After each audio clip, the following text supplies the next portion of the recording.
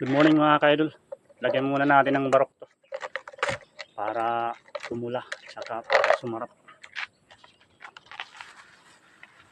Ito may barok tayo. Yung pagpasarap to. Saka para hindi umasim to. Kailangan ng ganito. Lalagyan ng barok para hindi umasim. Lagyan natin ng barok mga ka-idol. Saka magbutan na natin.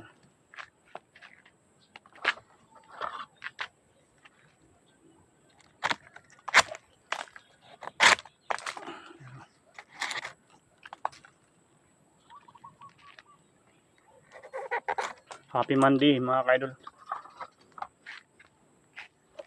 Umpisa pa lang tayo magtibo ng kawil. Inuna muna natin siyang gutan para may pang-inom tayo.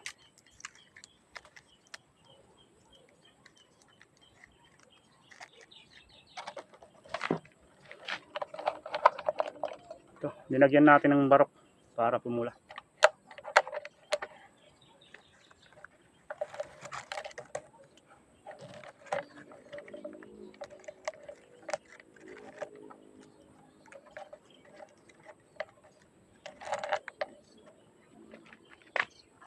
Sa katahuban natin para kahit umulan hindi mapapasukan ng tubig.